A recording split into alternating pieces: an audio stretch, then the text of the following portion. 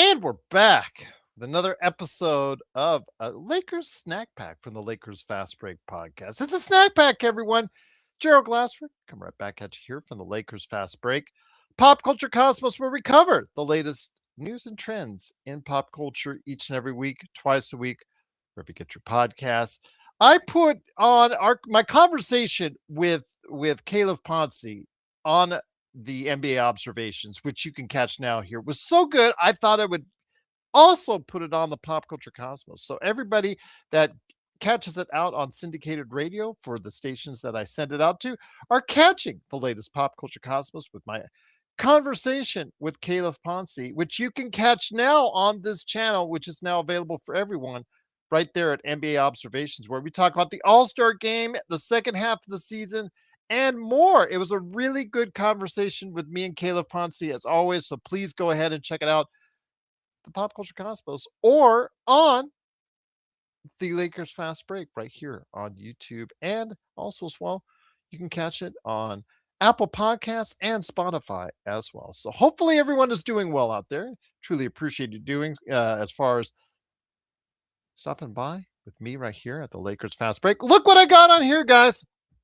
Of course, I got my pillow. Of course, I got my canvas art from a good friend at Drip Show Shop on Instagram and Twitter. But you know what? I got to go ahead and flaunt the merchandise as only I can do with the Lakers Lovers t-shirt right here that you can get as well at Drip Show Shop on Instagram and Twitter. Right there, JSJ. Absolutely. Hey, Drip Show sends you stuff. He says, yeah, there you go. Just spread the good word. I'm trying to spread the good word right there with at Drip Show Shop on Instagram and Twitter. Not sure if the Lakerholics crew, Lakerholics.com, they wanted to take a week off. I'll send the message to them again here in a little bit. If they want to go ahead and do another show, hopefully they will, but go ahead and check out them at Lakerholics.com. John Costa cannot be here today. He said he is dominating his semifinal game against in his adult league. So we are facing the only other team in our conference that is undefeated besides us. So he cannot make it tonight. So I told him he needs to do a windmill slam since he can't make it tonight. But go ahead and catch what he's doing today at Lakers Corner right there, wherever you get your podcasts. JSJ says, hey, Gerald, what has happened to the WWE? Well, they've got more expensive and less creative. And that's not a great combination, but that leads to less sales for WrestleMania. So again, you reap what you sow, JSJ, oftentimes in our society and life. You reap what you sow, and the WWE, which had everybody's flavor and which everybody seemed to love, at the right times for them when they made their TV deals, suddenly not hitting on all cylinders and hitting all those buttons right now. And, you know, Triple H is going to have to find different buttons to push right there for you as far as that's concerned. So great to have you here. It is, of course, the Lakers Fast Break. It is a snack pack. I expect Joe, or not expect Joe, but I'm thinking Joe will be here. He said he would be here. I send these guys a link, so hopefully they will join us. Legend hopefully will join us as well. DBSH, Daniel Barry Sports Highlights. Yo, go ahead and check out what DBSH is doing. He's on the drive to 20,000 subscribers. I'm envious. I'm jealous of his subscriber success. So go ahead and support him even more to make me even more jealous. Well, hopefully you're liking, subscribing to me as well, but make me more jealous by subscribing to his channel as well, right there for you. So as he gets to 20,000 subscribers, so he is on his way. I just like to get to three for now. We had this big plans that we would be, oh yeah, we'd be at 10,000 by now, 20,000 by now. I just want to get to three. Three sounds good. I'm at 2,600, so I guess that ain't bad. So I'm appreciative of everybody that stops on by. We have a higher retention than a lot of other channels as far as the people that watch. So I'm eternally grateful for that indeed. Jeremy, what's going on? Good to see you as well. Jeremy, I hope you're checking out my Lakers latest shows that I do for the Fan Arc Network. I post it in the notes every single day. So you guys don't have to go where is the Lakers latest.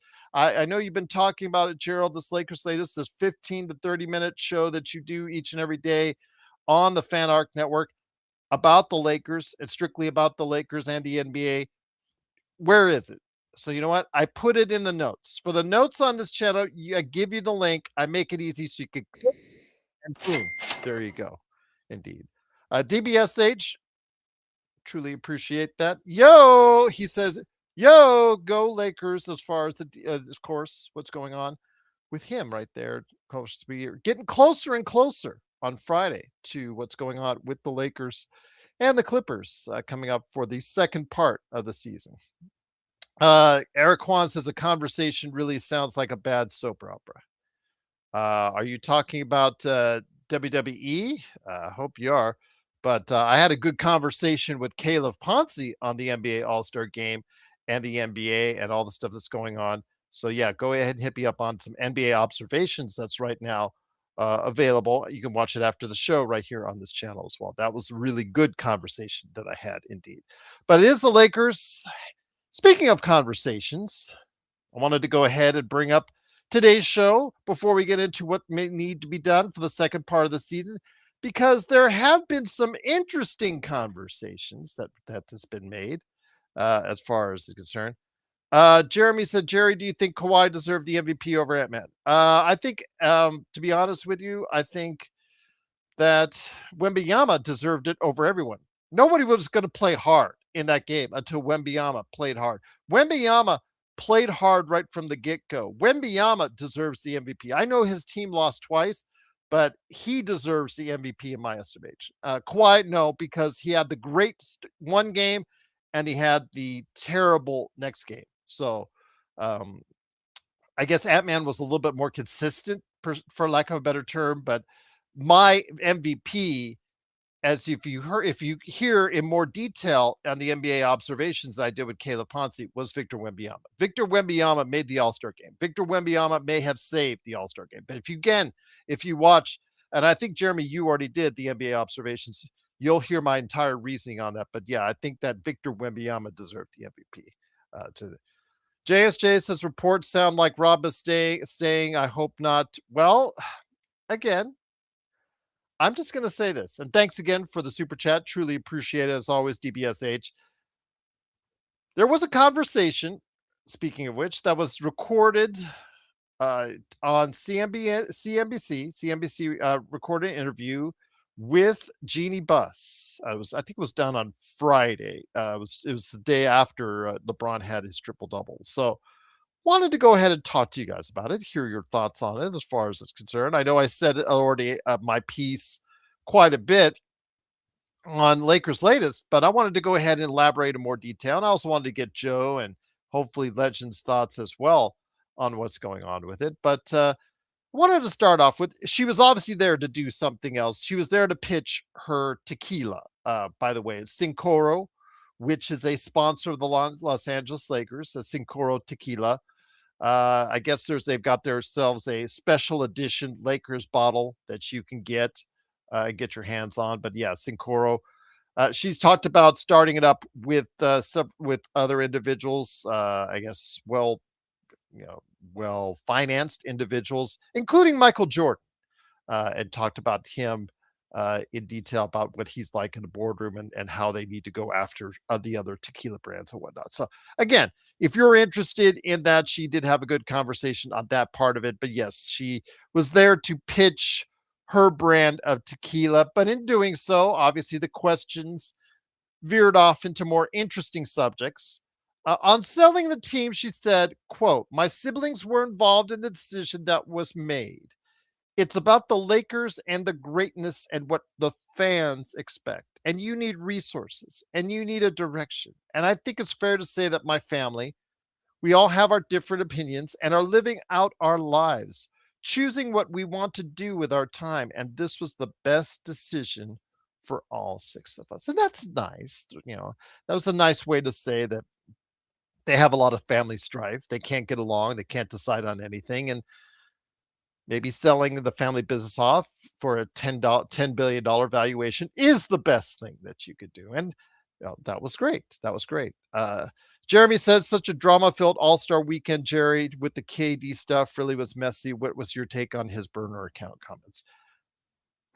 It's KD and his burner account comments. Again, will he be fined? Will he be suspended? We'll have to wait and see. I don't know how the league is going to be able to pursue that, but it did. This was not as drama filled. Also, I kind of disagree with you, Jeremy. I don't think this weekend was not very much drama filled outside of that. I really think that this was a quiet weekend. It was a successful weekend for the All Stars. The All Star game format was widely well received. The viewership was up, even though here in the West Coast it was in the middle of the afternoon, and the Daytona 500 for me was still ending. That's just the best part of the Daytona 500 because you want to see who crashes into who and who wins. But yeah, I mean, for I think it was a pretty much a laid back type of weekend. And again, it seemed like it was for the most part was successful. Everybody hates the slam dunk competition because nobody that's famous that wants to be in it anymore. But the everybody seemed to like the fact that Damian Lillard shot well from three, and they liked the fact that he won it. But they didn't like the fact that Adam Silver had some evasive comments on Kawhi and expansion, which is yet to come on the decision on those two. But Best League says he thought the All Star format was great. It's getting widely well received, so I don't think it was drama filled. If you're talking about KD's burner account, I mean, KD's burner account is again for most people they didn't really care. It wasn't really that much of way of news, Jeremy. But I have to say, I would probably say that it was actually a positive weekend that was sorely needed for the continuance of the All Star weekend because I was done with the All Star weekend going into it and thought maybe they should start thinking about canceling the All Star weekend and just taking a week off, period. But with this and Victor Wembanyama's willingness to really play and compete at a higher level, maybe not at of course a big game level, mind you, but he was still competing out there and it caused the other players to compete as well. But yeah, the burner account with KD is something he's been doing now for years. So I don't feel it was not that drama filled at all. I think it was actually a positive and good weekend for the NBA, which is something they sorely needed. Again, at Tripsha Shop on Instagram and Twitter right here for you. Wanted to go ahead and make mention the canvas art right behind me. Got the Kobe pillow right over there. And of course, the shirt I have on now is all because of Drip Show at Drip Show Shop on Instagram and Twitter. There you go. Absolutely. All right, you guys. Enough of the feuding between the Lakers and Clippers. I don't know. I don't care where you guys. You guys are allowed to go anywhere you want when you leave this chat. It is good by me. I don't care where you go. You know what? If you find each other on other platforms, other teams, I don't care. I don't care. I'm just glad you're here. It's the Lakers fast break. Please, just there's no argument. Come on, just stay. There are bigger things in this world to get mad over than who is on who else's chat room and chat board and chat board. I do a lot of research sometimes, so you may find me on a Oklahoma City Thunder or a Boston Celtic or a Dallas Mavericks. You found me a lot on Dallas Mavericks chat boards looking at their, as far as after the trade, because I needed to tell you guys how it was being received in Dallas and people just absolutely incensed and mad. But I can't go by paraphrasing. I have to go and investigate and look at this. So again, if you guys, wherever you guys go after you leave this chat, it's okay. It's okay. It's okay. I know DBSH will get, you guys just, just just move on. Just move on. AR Karina, what's going on? Says Jiro, what got you into broadcasting, hosting shows? Is there something you looked up to when you were a child teen? Well, be honest with you, I wanted to work in Hollywood and work in movies. And I did for a special effects company for a short amount of time. But I wanted to be on the front side of the camera, to be honest with you. But that never really panned out. Life took me into a different direction. But in 2008, 2009, excuse me, 2009, as far as my love for video games took me into the podcasting realm. I was like, somebody approached me about the subject. Let's do a podcast. I'm like, what the hell's a podcast? I don't know what the podcast is. What the hell's a podcast? And I'm like, okay. Uh, oh, that's what it is. Okay, and I got into it and did more did it, the more I enjoyed it, the more I like to express my opinion. I guess I'm very comfortable with the camera, very personable with the camera when I want to be, and so it doesn't bother me at all. So I just did more and more and more of it, and ever since then, it's been something I've been into. First audio recordings, and then it went into video, and it's just been something I've been doing for 17 years now, closing in on. So yeah, I just feel very blessed to actually even have an audience like you guys that support me like you do, Arcarita. But that was a great question. Who did I look up to when I was a child and a teen? That's a good question. Well, I'd probably say I looked up to, in the case of Lakers, I looked up to guys like Magic Johnson. I looked up to as far as like concerned when I was a teen, I was looking up and I wanted to achieve that level of success. When you're a Lakers fan, you want to achieve that level of success. And then it got into when I was a young adult and in my 20s, you looked up to what you were seeing with Shaq and Kobe and whatnot, and you wanted to do that even more and as far as strive for that kind of success. But I would probably say, as a Lakers fan related to Lakers fans, I would probably say Magic Johnson is who I wanted to relate as far as that level of success in life, to say achieving not just success on the basketball court, but what he was doing off the basketball court. Okay, business wise, how about that? Business wise, see what he was achieving off the basketball court. The lady stuff, as a teenager, that might have been the action might have been a little admirable as well. I'll just leave it at that. DBSH, okay, okay, enough. Come on, DBSH, come on, let it go, let it go. Let's keep things light here, guys. Okay, if they love the Clippers, they love the Clippers. That is their prerogative, but I don't think that's the case. They wouldn't be here all these years if they like the Clippers. Why they're on the Clippers, that's up to them. That's their prerogative. I go to when I go to a Clippers account or a Clippers show or whatnot, as far as their chat room, I'm looking to see what the response is when they lose to the Lakers or how they feel about those, because there is an intense hatred, an intense jealousy that Clippers fans have for the Lakers. And I tell you guys a story that when I went to the Danny Manning draft, was there, uh, was there at the LA Sports Arena. I tell you the famous story that my friend and I, we got up and we were all dressed in Lakers stuff, Lakers gear, and we ate the free food at the LA Sports Arena and just laughed and laughed and laughed for 2 hours while they thought that Danny Manning was gonna be the second coming, for the Clippers, and just laughed and laughed and laughed right there while eating all their free food at the LA Sports Arena. So again, I just like to again, if you go to other places outside the chat room, it's okay. It's okay to do so. You don't have to just stay here or stay with the Lakers. If you have other choices and other places to go in life, it's okay.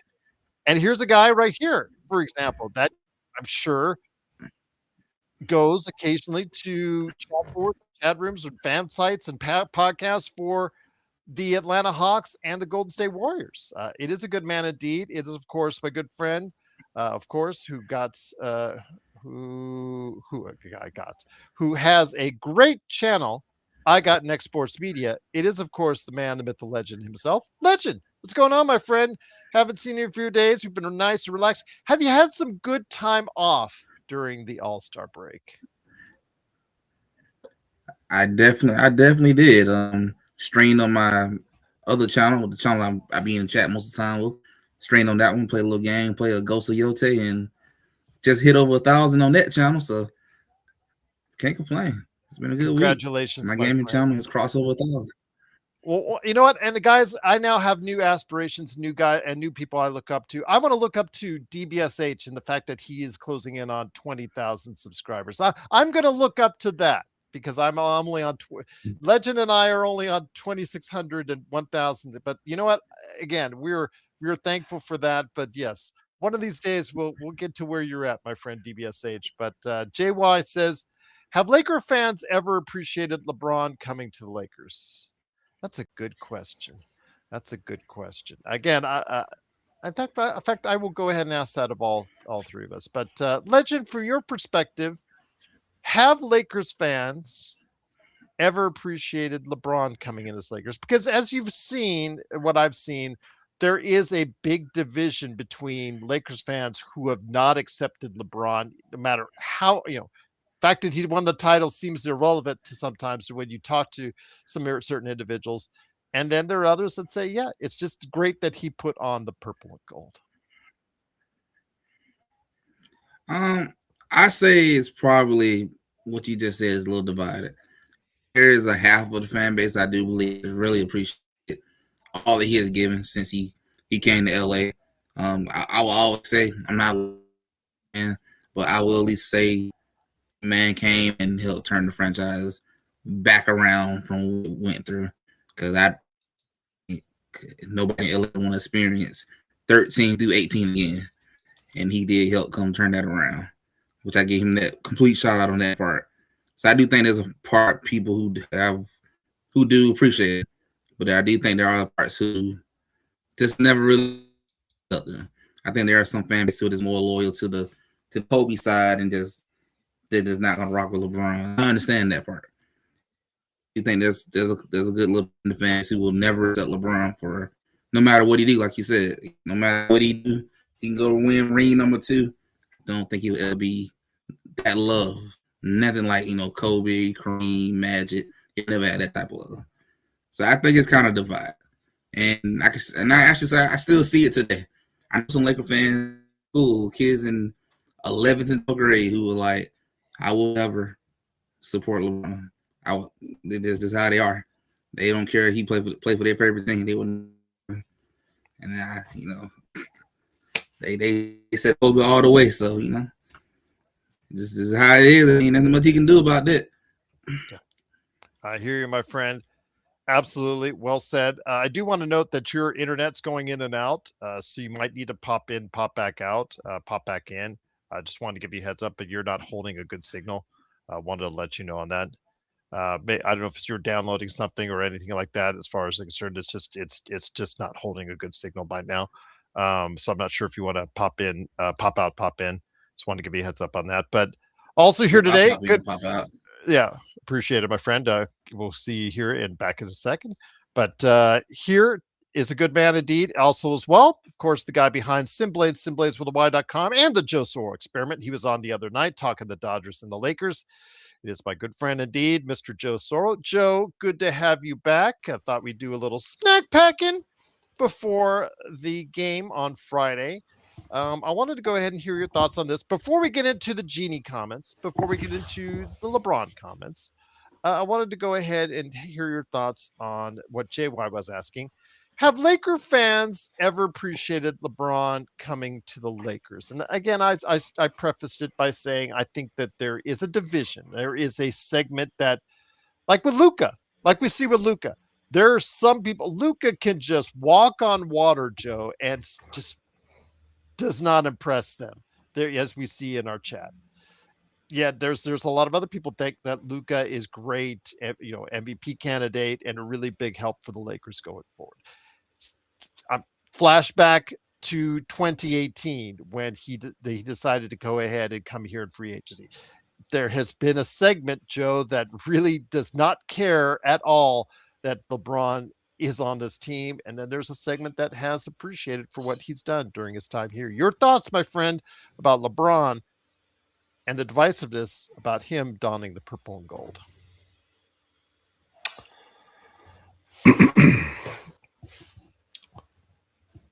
LeBron James is the most polarizing great player I've ever seen in any sport.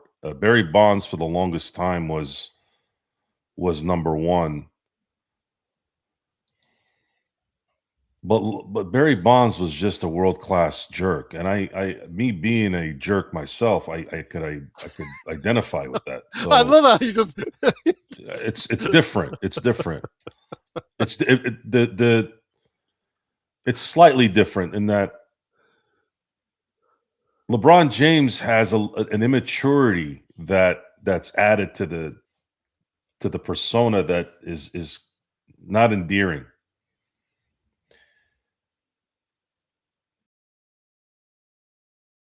Social media era, probably adds to it. If you look back on the two players in Laker history that were, I call them transplants, much like LeBron was, right? I guess you could say Wilt was traded to LA, right? In 68. Yes. Okay. Mhm. Not necessarily a transplant, but sort of, not a Laker guy until then, right? Because Shaq came by choice. LeBron came by choice. And the reason why I wanted to use Wilt first was Wilt left a lot to be desired, unfortunately, in the 5 years he was in LA. He won a title. He won a finals MVP in 72. But when you look at the 1969 letdown, you realize that you realize just from listening to the story of what happened, especially in Game 7, when at that time head coach Butch Van Brendekoff did not put him back in when he had asked to come out due to a leg injury, and ended up costing the Lakers a championship. I don't know if it would have mattered. Maybe it would have. I don't know. But then you look at 1970, a year later, they lose again. They lose to the Knicks. And then they win in 72. There's nothing to be ashamed of the losing in 71 against the eventual champion and Kareem and Oscar. But I've said this for a few years. I think statistically will always be number one. But a 2-4 record in the finals is not a good indicator that this man was able to dominate when it really mattered. Mhm. And when it really mattered was not enough. There's when you're talking about all-time greats, there has to be some invincibility there. I'm not saying you have to be undefeated in the finals, but how you lose can dictate that. So we look at Tom Brady. I know I'm jumping all over the place, but I'm trying to make a point. Tom Brady lost 3 Super Bowls, right? Won 7 out of 10. But if you look at his 3 losses, all three of them, he performed. And all 3 of them, he was on the sidelines when they lost. So to speak. I mean, not technically, because he had like 10 seconds in Super Bowl 41 or 15 seconds, whatever it was. Point is, you had to beat Tom Brady without him on the field, really. 41 points for the Eagles. Tom Brady can't control that. Tyree's catch, Burrow's touchdown. Brady's not in there to stop that, right? He threw for 500 yards, for God's sakes, in that Super Bowl against Philly. So how you lose in those moments also can play a factor in how you judge that, right? So how this correlates with LeBron is you look at Wilt's, because I'm trying to put it into some kind of comparison so it makes sense. You look at Wilt Chamberlain's stint in LA. He lost 3 finals out of 4. We look at LeBron's time here. He's only won 1 in 8 years. If he had won 3 championships in 8 years, hell, maybe even 2, I actually don't think there'd be as much disdain against LeBron, even though a lot of it is warranted, because LeBron is and he's not the only one that's ever been selfish and great. I'm using Wilt as a huge example of his selfishness. The fact that he was affected by things like no one cheers for Goliath. I thought when I was a kid that made sense, right? When you're a kid, you're usually dumb. Not intelligent-wise, you're just not worldly, right? Yet. Life hasn't taught you real things. But when somebody says something like that, it's almost like they're setting up their future failures instead of going, I'm the best player in the world and I'm going to show it. And if you're mad that I'm big, and fast and better than all these people, well, I guess that's just how things came out.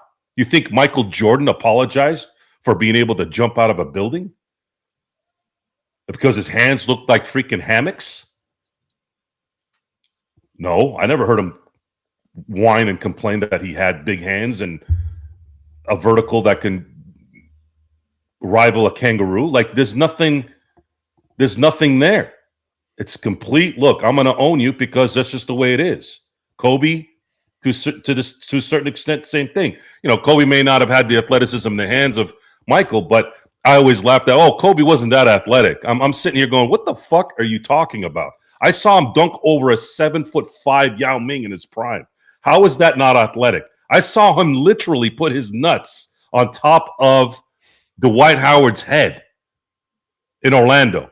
You watch and it happened. So anyways, LeBron kind of had everything. He's a victim of the times. If LeBron was around during the Wilt era, it wouldn't be as bad. If LeBron was, and I'm going to use another example, 25 years later, Shaq. What would we be saying about Shaq between 97, 98, 99? When he was losing to Utah, when he was getting abused by Utah, when they were getting swept by the Spurs, we would probably be saying, because there was some hesitation with Shaq even back then. I have friends of mine that are Laker fans that didn't like Shaq because Shaq had that selfishness about him. I think it wouldn't be at LeBron level, but it would be. I think Shaq would have gotten much worse response due to social media. So LeBron is in my view much more narcissistic and self-absorbed than Shaq and Wilt. But I think a lot of that has to do with the fact of the generational differences. What we've done in the last 15 years or so, this generation and a half, I usually equate a generation every 10 years. That's how my brain looks, how my brain works with it. LeBron has been catered to and enabled to think in a selfish way because that's how society has tried to say, get yours, get yours, get yours. Even though people want to preach about, well, let's be together and let's have this movement and let's have this. And it's all bullshit. In the end, it's as soon as somebody says, well, I'm getting paid to do this, they're like, oh, well, as long as you get paid, right? Just stupid mentality. Because why do you think things have diluted so badly in the last 15 years in sports? It's because of that mentality. LeBron isn't appreciated not because of basketball in the end. He's not appreciated because he's a dick. Because think about it. Why is Freddie Freeman cool? Why is Mookie Betts cool? Why is Shohei cool? It's 2026. How come they're not assholes? How come they're not dicks? How come no one hates them? Well, because they don't do anything to hate them. They're nice people. And those who dislike what the Dodgers are doing has nothing to do with Freddie Freeman, Mookie Betts, or Shohei Ohtani. So that goes a long way in really getting down to the basics again. Is that if you don't do anything that warrants hate, then you're likely not going to get hate. And LeBron is a magnet to it because he's not a bad person, but he's a horrible celebrity, in my view. He's the celebrity that Mike Myers was towards the end of his heyday. You know about that, Gerald? You know about that, right? I didn't even know this, right? Like I started hearing stories like 10 years later after the Guru movie, right? What he was doing to people. And then Dana Carvey, whom I saw do a show. I thought he was I know people can fake it, but I saw a show and then, we saw him afterwards and I thought he was a very nice man. And when somebody who comes off like, and you don't hear anything bad about Dana Carvey about anything, when he's complaining about you, you're like, man, something's wrong. Like if somebody really, really disliked me, the first question I'm going to ask is, whoa, what the hell is going on here? Why do you hate me so much? What the hell did I do? Not get defensive and go, hey, what's your problem? Unfortunately, LeBron doesn't have that. LeBron is a defensive, narcissistic jerk. You could be narcissistic and still not be a jerk. I have friends of mine that are like that too. But LeBron is just not an endearing guy in the end, in terms of he's a jokester. He's got childlike kind of tendencies where you would think it would be cool, but he's also that guy that would, I always say, and this is the best analogy I can think, or best comparison I could ever think of, is he's the guy that would sneak onto the boat in front of the women and children on the Titanic. That's who he is. He would. That's how much he loves himself. Get out of the way, Leo. I'm coming through. There I'm you just go. saying that's how he comes off in the end. And that when you're like that, you're a public person, and then you're as good as he is in anything. Yeah, it's not going to be. People are going to normally snuff that out and say whatever. And we already know no one liked him when he came here. Dude, they were trying to put murals up all over town, and they were getting spray painted like immediately. You would think, and here's the irony in all this, Gerald. You would think a fake, entitled narcissist in LA would be championed, because that's exactly what the town is. Bunch of fake Botox, facelift fucking people, right? I worked in the industry, so I cannot disagree with your The irony in this is hilarious. That's the part. But it also explains also that the facade of LA is actually wrong. The heart of LA is actually not Hollywood. It's very real. A lot of real people are there. They are. And when I explain to people why they love Kobe so much, it's because most of the people in LA, and believe me, I know this because a lot of my guys are from LA, Long Beach, that work with me. Those guys are about working hard and showing up and doing a good job and doing, like that's what most people are. Most people are in that area, actually. And that's what they appreciated about Kobe. Kobe would have a high ankle sprain. Let me say that again. Kobe would have high ankle sprains, not a simple sprain, and show up the next day to work. How is that not endearing? How is that not respectful? How is that not honoring the money you make and the team who you play for? That's just what it is. So LeBron, alongside with Goody Two Shoes, but Greg Popovich, have been the face of the NBA for the last 15 years. And both of those guys have championed work management, load management, jerk off management. And look at where the league is in terms of its rep at the moment. It's not, I didn't do this, they did. So I'm just saying. Before I give you a retort, and before we bring back on Legend here, I'm going to bring. Okay, there he is. Before I give Legend the question on Jeanie Buss's statements on CNBC, there's some real nice ones that I think that I want to run by you guys. Want to have you finish this up because Best League is disagreeing with what you're saying, Joe, on LeBron. I'm just going to say this, Best, and I've said this before multiple times on this show. I was a big LeBron supporter. I was very excited to see LeBron coming to Los Angeles. And I knew about the extra noise that he brings and the extra noise and the things that are detrimental to a team and an organization that he was doing, but not to a level extent. Yes, he doesn't get involved in legal troubles. He doesn't do anything as far as on a social level that's bad as far as the concern. But all the noise, extra noise that he creates is something that he has done for quite some time. The decision to start off with, and then it seemingly with the advent of him coming to Los Angeles has devolved into something worse from there. And I grew less patient with it. I grew tired. I grew fatigued in trying to defend it here on the show. And especially when he did the hourglass tweet and wearing the New York Knicks stuff, as far as it's concerned, when they played the New York Knicks a couple seasons ago, these type of things really irritate me. Practicing in front of the old Clippers logo, right there, but actually warming up or stretching before he started the season.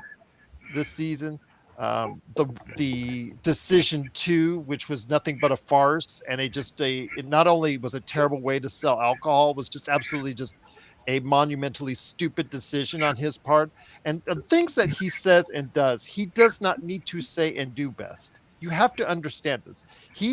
If he just focused in on trying to be the best player he is and not try to make it a lot about himself, and it should be more about the team, we would be we could be in a better place, and I'll leave it at that. But Joe, I want to get your retort, because Besley going to give you a chance to retort. He said, Joe, these things are not true. No matter how many things I could throw at him, Best League is probably going to say it's not true. And I've come across these individuals before in our comments. I had a running commentary, I told you a few months ago, with somebody. I was at a Raiders game. It was like 3 days later, and he was still commenting, and I was still showing him up because of what happened with the decision too. I was on the air, and he didn't like it, and we went back and forth for days on it, and I won. But he said, Joe, these things are not true. I never heard of these things, or I watched anything you are talking about. What Joe. things? I'm assuming all the noise, all the other things he's said and done outside of I never said just anything. being one of the best players this game will. I didn't give any details on what he said. And I did, and I just did. Look, I'm happy LeBron came. I'm still happy he's somewhat here. He's a great player. Still is. Well, let me just say this, Best. When you're doing in front of Clippers, he is very cognizant when he sits with Nikola Jokic's agent exactly and takes a picture for Instagram. He knows exactly what he's doing. When he stretches out in front of a Clippers logo, he knows exactly what he's doing. It's irritating to no end. He's not a Laker. That's probably what it is. People don't. He's a merc. He's a guy that came to up his brand. He didn't come to the Lakers to necessarily win for a lot of people. I don't give a shit in the end. If you're there for different reasons and you're winning, I don't care. If your priority is yeah. The problem in the end here is the allowance of nonsense around him, allowing somebody like Rich Paul, who's as delusional as he is sometimes about things, if not worse, because you would think this guy, not having all the pressure on him, would maybe smarten him up, but he's pretty stupid, actually.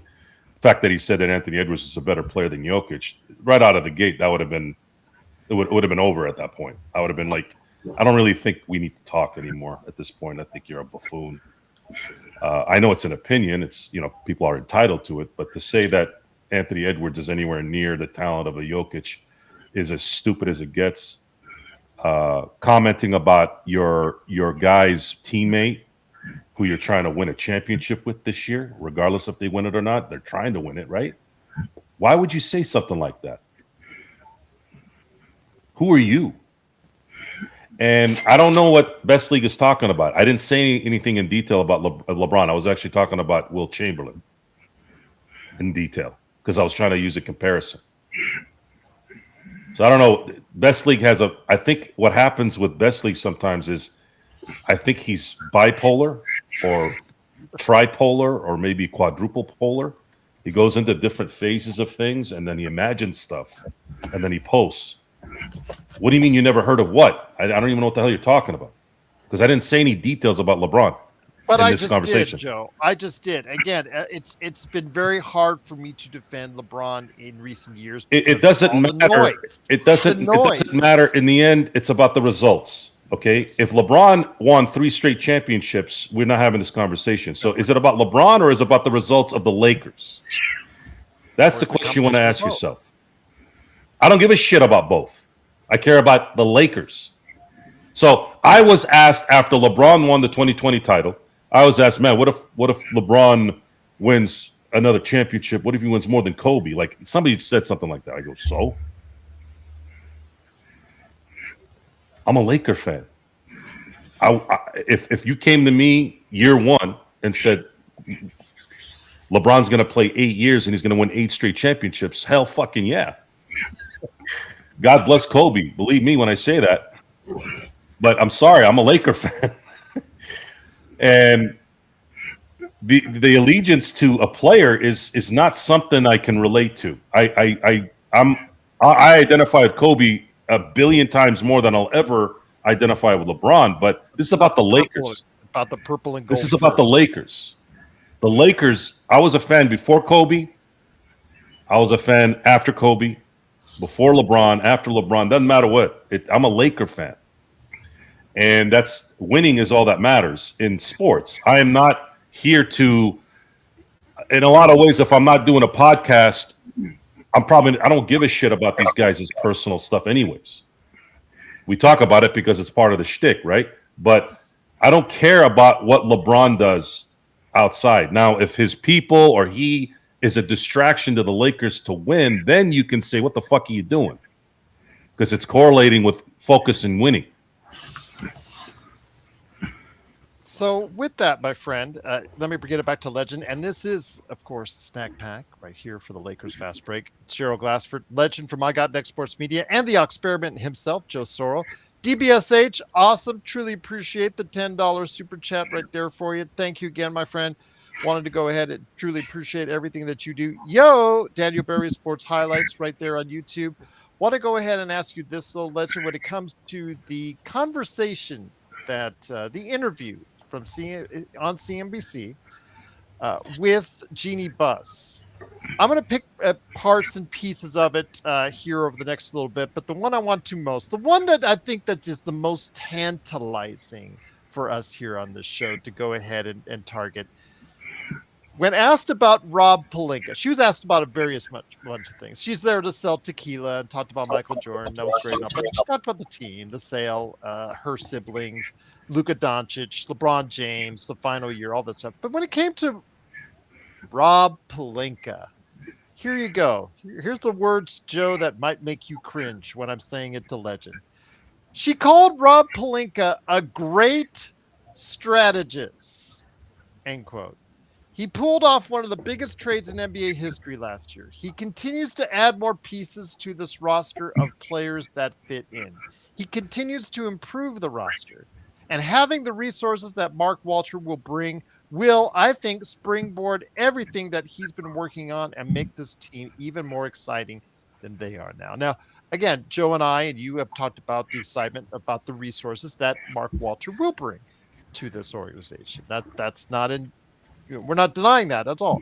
But Rob Pelinka being called a great strategist, because I will bring up LeBron's comments on Mind the Game, where he kind of takes a shot on Rob and kind of maybe disputing that a little bit as well, Legend. Yeah, because I don't know what she's saying. Maybe this is a situation where this why you don't work with people you're very close to as friends like that, because it's blinding you a little bit on what's really right in front of you. I mean, I'll give him credit for the Luka thing, and you got Luka here. You flip AD, who is basically falling apart, into a younger, more superstar version. I give him that part. I can't ignore what you did on all the other stuff too. I can't ignore that part. And it's just no way. I get it. It's the media. You don't want to bash the man on the media. I get that part. But come on, Jeanie. Come on. We all know the truth. You don't have to lie that bad. It's okay. I think even Rob would probably in the back laughing, saying, good and well, I ain't that good. You know that. I'm all right. So it's like we gonna act like everything else ain't happened. The whole Russell Westbrook and who did all the other decisions from 13 to 18, all when all that happened to, no. I can't say I disagree with you on that, Joe. I want to bring it to you. What Legend was said, I agree with. She called Rob Pelinka, quote, a great strategist. Yes, he pulled off one of the biggest trades in NBA history last year, but he continues to add more pieces to this roster of players that fit in. He continues to improve this roster. And having the resources that Mark Walter will bring will, I think, springboard everything that he's been working on and make this team even more exciting than they are now. So, did you throw up in your mouth when she called him? I don't. I'm used to hyperbole like that from the Mike Tomlin backers. Unfortunately, you're never going to win that argument because the results say so. So I feel that this is the best hat that's ever existed. Drip Show. There you go. Now Drip Show Shop on Instagram and Twitter. Can't change my opinion, right? Can't change Jeannie's opinion on Rob. But then there's somebody out there that's going to say, I hate the Dodgers. F your hat. It's not the best hat ever because I'm a Giants fan or I'm a Red Sox fan, right? I'm putting it lightly there, but when someone, and this is a lesson for all of you to learn here, in case you guys are not as observant as some, when someone tries to use a fancy word to describe inadequacy, they usually talk like that and say, he's a great strategist. I remember hearing Mike Tomlin, he speaks really well to players. Speaks really well to players. Okay. That's like saying, oh, so you took your kids to school. You're a good dad. I am? Isn't that what you're supposed to do? So this goes back to what I'm talking about. Because of the allowance of idiot, moron, untalented, ugly inside, not outside, ugly things have been given a forum in this last 10 years or so from social media, culture, whatever. We've allowed morons to make mediocrity mean something. And that's why we're here. We are calling people great who aren't doing shit.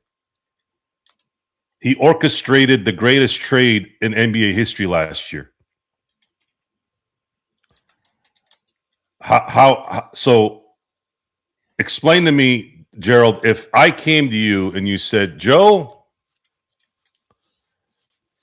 I'm getting a divorce. I need to get rid of this Forerunner. And you just had it only a couple of years and you bought it brand new, but you got to get rid of it because you don't want your ex-wife to have it. Blah, blah, blah, blah, blah, blah, blah. You know where I'm going with this, right? By the way, this is not happening as in a scenario. I'm just using it as a scenario. A what if? What if? For those of you who know a few divorced people, the divorce usually will make you do things that you normally wouldn't do. Mind you, selling your house for less than you want, car, whatever. You got to get rid of shit. Hell, that's how Dr. Buss got the Lakers, because Jack Kent Cook needed to pay off his ex-wife. So salute to Mrs. Cook. We all need to say a little bit of a Hail Mary, light a candle at church for that woman, by the way. Anyway, so Gerald calls me because we're friends and he probably knows I could probably help him out. Joe, I got to get rid of this thing. Fuck this bitch. I don't want her to have this car. I'd rather have you have it and not do anything. Totally get it. Totally. I've been around guys that have been like that. Not Gerald. I'm just using this as a scenario. Gerald's not like that. So anyways, because you never know with these best leagues and fucking guys will go off somewhere and start thinking it's real. So now I'm like, Gerald, I don't really need a Forerunner. Look, man, please help me. Okay. I'll take it for 12. Good. Here. I only owed 11.8. Good. Thank you. I got a couple $100. It's out of my hair. Okay. So this deal happens, right, Gerald? Now, what are you going to say if you have a couple people that are, let's say, other friends of ours that are looking at this? So now, am I the genius that got this deal done, Gerald? Or are you a guy that basically gave it to me in a silver platter? I didn't call you up and say, hey, Gerald, would you take 12,000? No. You called me. You gave me the deal. I'd be an idiot not to make the deal. You know why? Because that car's worth 18. That's what happened with Luka. And as far as Anthony Davis is concerned, you think Anthony Davis comes to LA without LeBron? You think LeBron comes to LA without Magic sitting outside his gate at 11:59? Joe, you're not giving Rob any credit. Fuck Rob Pelinka. He didn't do shit.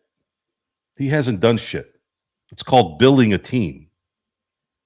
He got LeBron in there. They got Anthony Davis and they got Luka because it's the Lakers. Because everyone wants to come to the Lakers. Because everyone wants to deal with the Lakers at some point. You know how I know, Gerald? Mm-hmm. Look at the results of the history. I just mentioned how many guys already. LeBron, Shaq. I'm going to give Rob a sliver of credit because of the fact he was able to negotiate only one first-round pick. Fine. And AR wasn't involved in the deal. Fine, I'm being considerate. He probably got, like I said, he probably got the right amount of printing paper and the right paper clips that worked for the deal. He got the amenities done. He made a good dessert. He's got really good skills to get a good appetizer in there. Good. But as far as I'm concerned, it's more than just transactions on this team. It's a mindset. I don't like Rob Pelinka from what I've seen. And I didn't like him the moment I saw him speak. I'm not talking about the Fab Five stuff during the 30 for 30. I'm talking about that press conference with KCP. Since that press conference, I have not liked him. Again, you talk about the resume, and the resume is something that, will follow him everywhere. His decisions that he's made throughout this decade mainly will determine whether or not you consider him a great strategist or not. But I certainly don't, and I don't think Joe does either. But I do want to mention, as far as, she made those comments about Rob. Guys who are good strategists, guys who are good at their job don't hide, Gerald. Mm-hmm.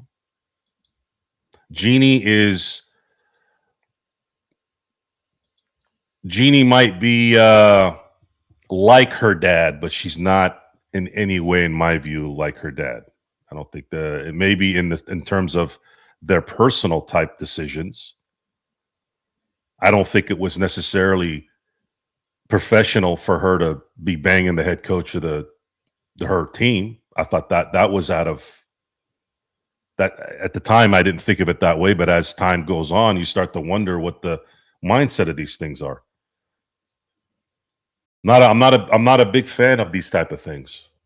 I'm not. Maybe call me a prude, call me conservative, but why do you think you look at the Boston Celtics? God help me. I'm sitting here complimenting the Boston Celtics for the last week. What happened to Ime Udoka when he was dipping his pen in other people's ink? They fired his ass. We don't do that here. This is a professional setting. We don't have time for drama. And look what's going on with that moron, that fucking idiot, MLBPA, Mr. Clark, and his stupid ass Santa Claus beard. See, people always laugh when I talk about people's hair and their facial stuff and their tattoos and their bullshit. Guys, a lot of times, if you're in the business, you don't necessarily have to be in a business like mine to do this. It's important in life in general because you avoid problems, you avoid bad relationships, you avoid bad drama that might occur. How you keep yourself, how you present yourself does matter.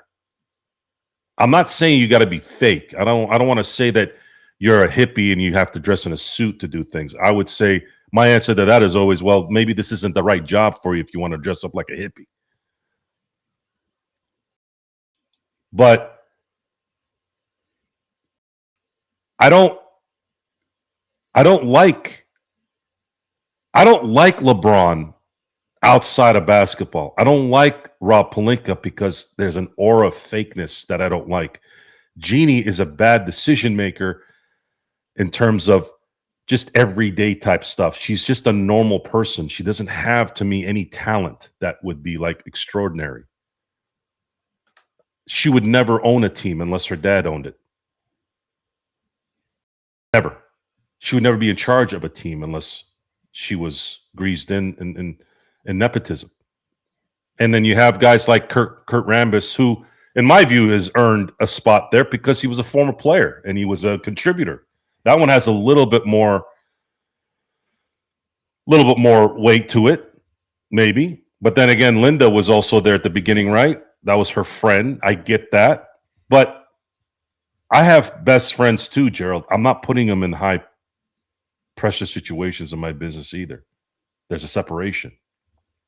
Well, we'll talk about as far as the golden parachutes and then what's relating to that. It's here in a little bit. In the end, I will say this. In the end, I don't really particularly feel comfortable with Rob Pelinka. I don't feel comfortable with LeBron James. However, Jeanie Buss, I appreciate a few things that she's done greatly. Number one, she tried her best to honor her father. That is a beautiful thing to be, because I believe in that. I still make decisions in my life to this day based off what my father would think and my mother would think, and they're not even here. I had to honor them. So that part I really love about her. I really, really do. I really, really respect it. And I have to respect, you have to respect her for selling to Mark Walter. That to me proved that she did love the Lakers that much. And then she did outline that in that interview. There's no doubt that those two things in the end probably are the separators to the bad for me.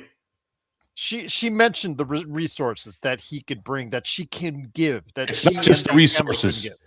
Steve Cohen has resources. Well, she mentioned the success of the Dodgers. Right. But the thing is, right. And the thing is, the success of the Dodgers, there's a little bit of confusion with the normal moron out there. The Mark Walter Group is not just money. There's a energy that they just have that's different. You don't see it in powerful men like this. These guys really care about giving back to the fans. Friedman, Mark Walter, Stan Kasten, Brandon Gomes, even the players, like these guys really give a shit about returning the damn favor to the fans. It's not normal for billionaires that can tap into $350 billion at any time and to give a shit about a bunch of fucking people that are paying $20, $30, $40, $50, $500 for a ticket. This is not normal. She sold it not only to someone who's capable, but someone who actually gives a shit. And rich billionaires who give a shit are as rare as a blue crap. What is it? Blue lobster.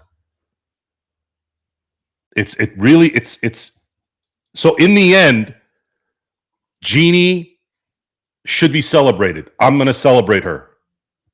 In the end, she did the two things that I have to give her props to, because it's two things one I believe in 100%. The other is, my God, she could have sold to Kroenke, and Kroenke's not a bad guy. I hear he's a good man too, and he wins. He's won on every level, right? Soccer, hockey, baseball. He's won on all places.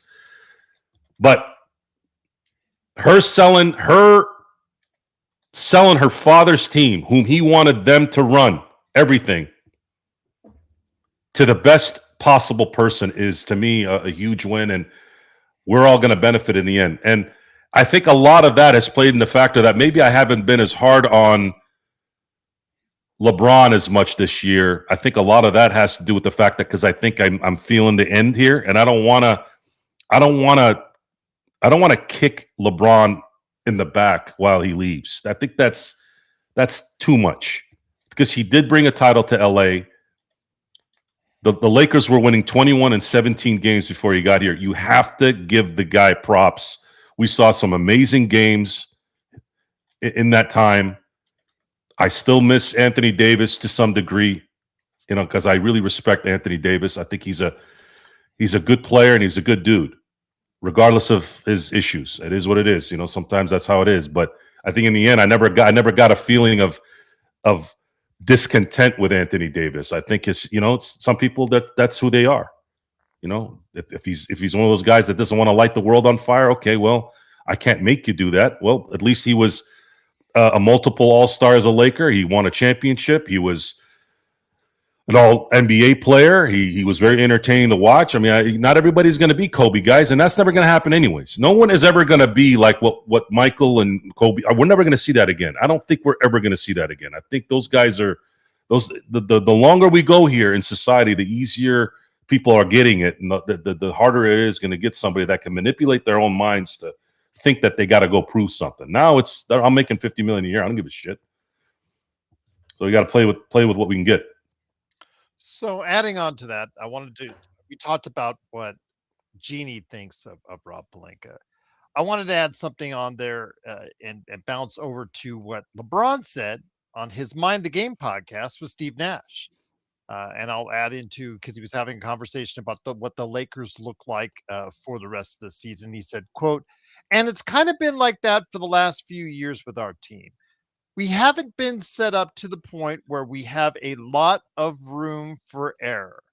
For us to be a top 6 seed in the West, it's pretty damn good under the situation that we have been." He mentioned injuries. That's the situation they've been in this year. But we've got to keep going because the situation in the West changes every day. But when he puts in there, we haven't been set up to the point where we have a lot of room for error, I don't think that same strategist comment LeBron would agree with in assessing Rob Pelinka. And I think that when he put that in there, that was targeted towards Rob Pelinka. Agree? Disagree? Yeah, this is all bullshit pleasantries. And this is why I could never be in a corporate setting and be a professional. But you can't, not even with Michael Jordan and Jeanie Buss coming up with the new tequila brand? Is that having to do with basketball? They have a Lakers special bottle. It's for her new and Michael Jordan's new tequila. With all due respect to Michael and Jeanie and their business ventures, I couldn't give two shits about what they're selling outside the Lakers. Honestly, I cannot express how much I don't give a shit. It's hard. It's hard to say those words because, again, I've said this so many times. So most people, when they say they don't give a shit, they do. But I can honestly say I do not give a damn at all. Like, I just don't care. I care about the 2.5 hours I invest 82 times a year. Well, this year it's going to be 81. Playoffs and our show. We spend a lot of time focused on the Lakers. That's enough. I don't need to worry about what Jeanie does in her bedroom, in her bar, in her what she thinks about Rob. Like, this is the part where I start to get kind of like, why do we give a shit what she thinks about anything? I don't. That's not Laker related. Well, that's what is this infatuation? What is this infatuation with people's personal stuff? What is it? Is your life that boring? But that's the premise of the show, Joe, is with her selling the team to Mark Walter and with LeBron possibly on the way out, do we as Lakers fans really care or should care what they have to say? Now, I preface that with something that she mentioned here. She indicated she was asked to stay on as governor, saying that that's what I agreed to.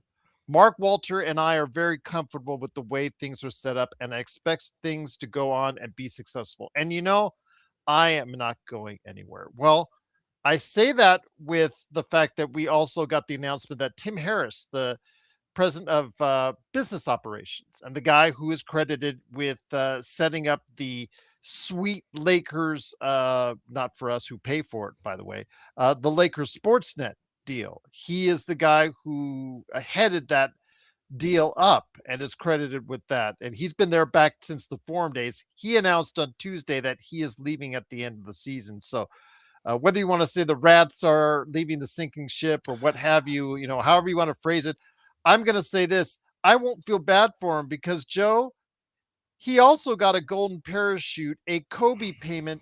I don't know if it's 8 or 24, but he also got a Kobe payment as well. No. Tim Harris is in a lot of ways similar to John Black, who was a longtime PR guy for the Lakers. He's always been thought of in good. No. Tim Harris did his job very well. He was good for the Lakers. John Black was another guy that got jettisoned due to the transfer of. But do you think he's seeing the writing on the wall and heading out? Well, it's not any different than Ned Colletti being eased away from his duties as general manager of the Dodgers before Andrew Friedman came in. Ned Colletti was an amazing GM. It's different. We've said this how many times on the show, Gerald? This whole JJ Redick and this whole management and this trend, guys.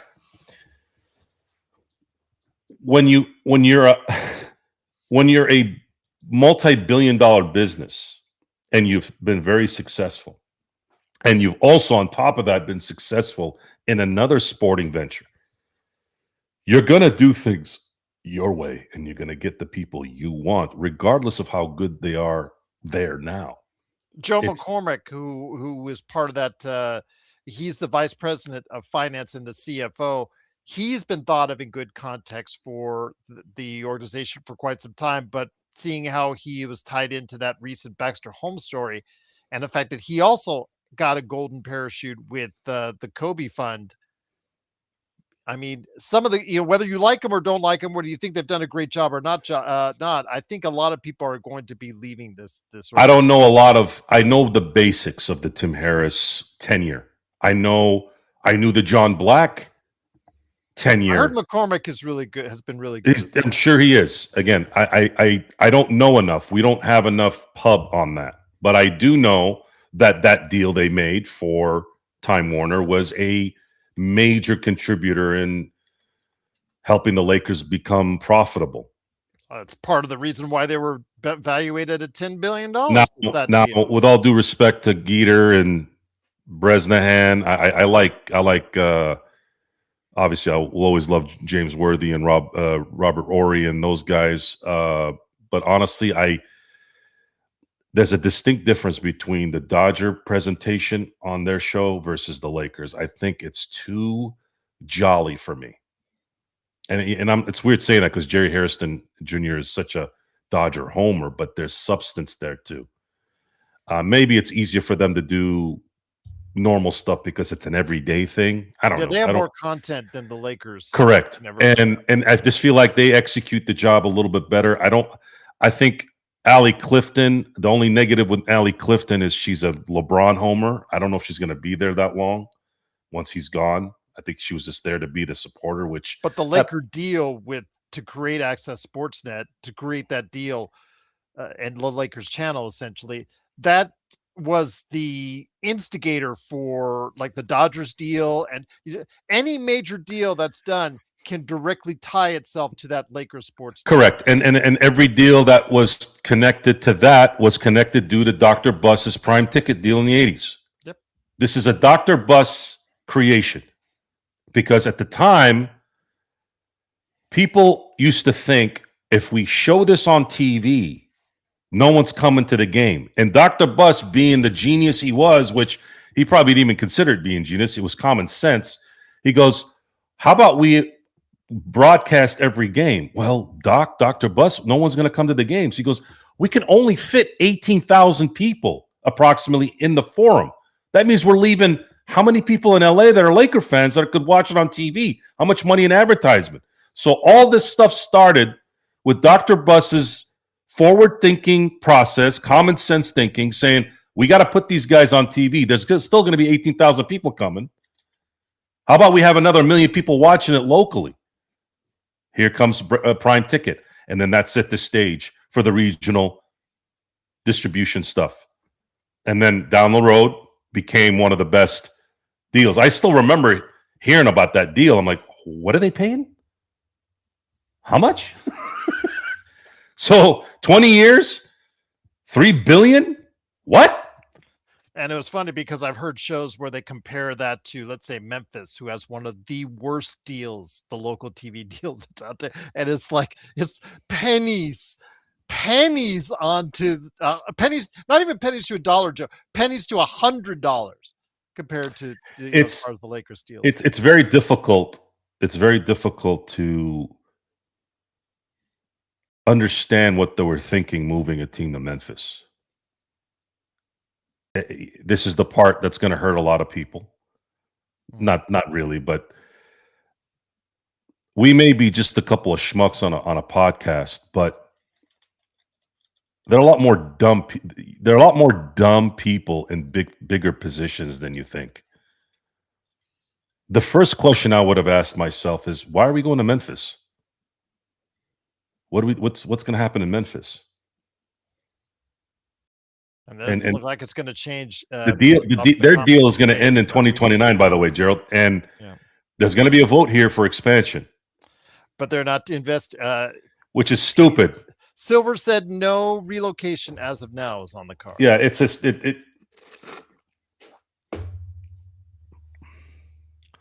this doesn't seem like bad decisions have consequences anymore. Again, I'm just. I don't feel like there is. Silver said. Yeah, I don't think there's.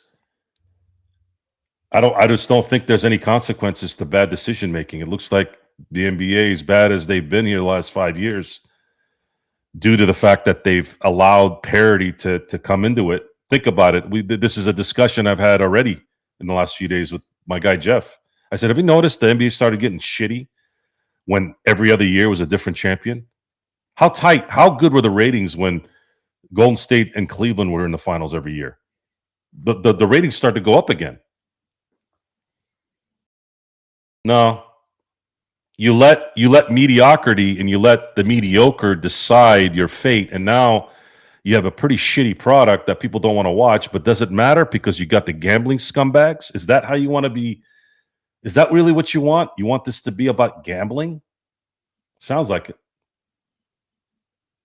Oh, it's because money. Okay, go ahead. Have your. So having $5 billion is not enough. We got to have $6 billion, right? At the expense of making the game much more pathetic. Oh, we need less games. Sure, let's think about that for a second. Then he adds more games, more useless games. By the way, a play-in, a stupid ass tournament in the middle of the year. For what? And then on top of that, you have LeBron, and this is the part where LeBron deserves everything he gets. You have the face of the league, who's still the face of the league, crying about playing time when he's making $52 million a year. That's not a real leader, folks. LeBron is not a good leader. Never was. I love the fact that he always complained about the play-in, yet he went to the playoffs because of the play-in twice. If he hadn't had the play-in, he would have missed the playoff twice. And that's see, have you noticed, if you follow LeBron's career, every time he said something stupid, he got saved by the thing he hated. That's why people don't like LeBron at the end of it. Now, people are going to dislike you anyways. They don't like Patrick Mahomes. They, as in people who have gotten tired of watching Patrick Mahomes win a lot, right? That's not the same as disliking LeBron. The reasons why they don't like Patrick Mahomes is completely different than why they don't like LeBron James. Patrick Mahomes didn't do shit to anybody. Okay, he's not at some nightclub being a jerk off. He's not, from what I heard, I've never heard anything bad about him. I think he's a relatively nice guy. But because he's a winner and he's a constant winner, and you're always there. What happens after a while is they start to then nitpick and go, oh, well, the only reason why he's winning is because the refs are helping him. They did that with Tom Brady before that. And then I always laugh because I always have to bring this up. Roger Goodell got tired of that narrative probably. Now, I can't prove it, but he ended up suspending him for 4 games for the Deflategate. Oh, see, guys, I suspended. You don't think Magic and Bird were catered to? You don't think Jordan was catered to by the look? The stars get catered to, folks, because that's what helps ratings and stuff. Like that part matters. But it's unfortunate. I did like the 65 game rule. I thought that was a good rule. But it doesn't look like these guys care about all NBA or MVPs anymore. Best, I don't know what pipe you're smoking, but in the NBA Cup, the 2 finals teams, they play an extra game. Doesn't count in as far as the records, doesn't count as far as stats or anything. It's like why do you continue? Yeah, they don't get to one screw less up game. They don't half the get one less time when you're here.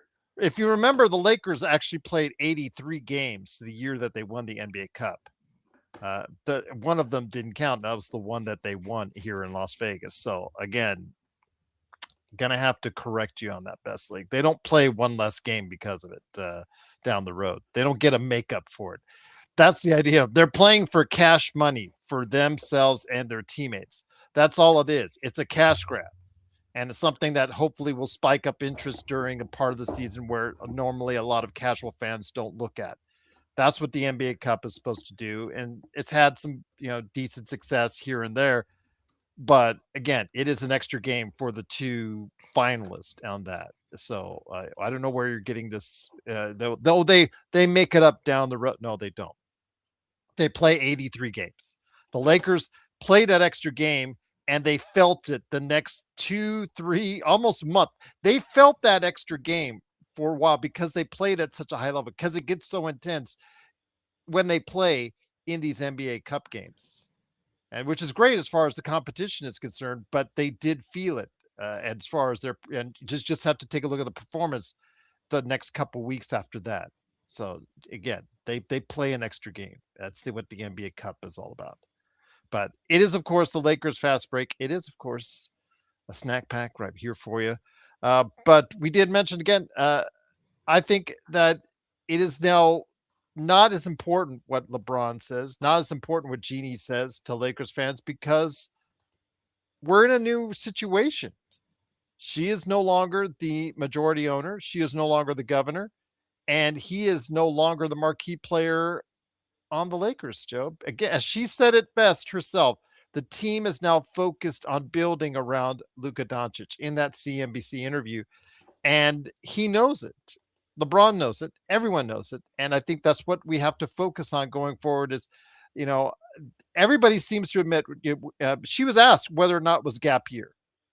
And her words in that CNBC interview, was this a transition year? She was asked. And she said, for so many different reasons, yes, absolutely. LeBron understands that this is a gap year. He even said, for what we've gone through, this is he feels pretty good of one where they're at.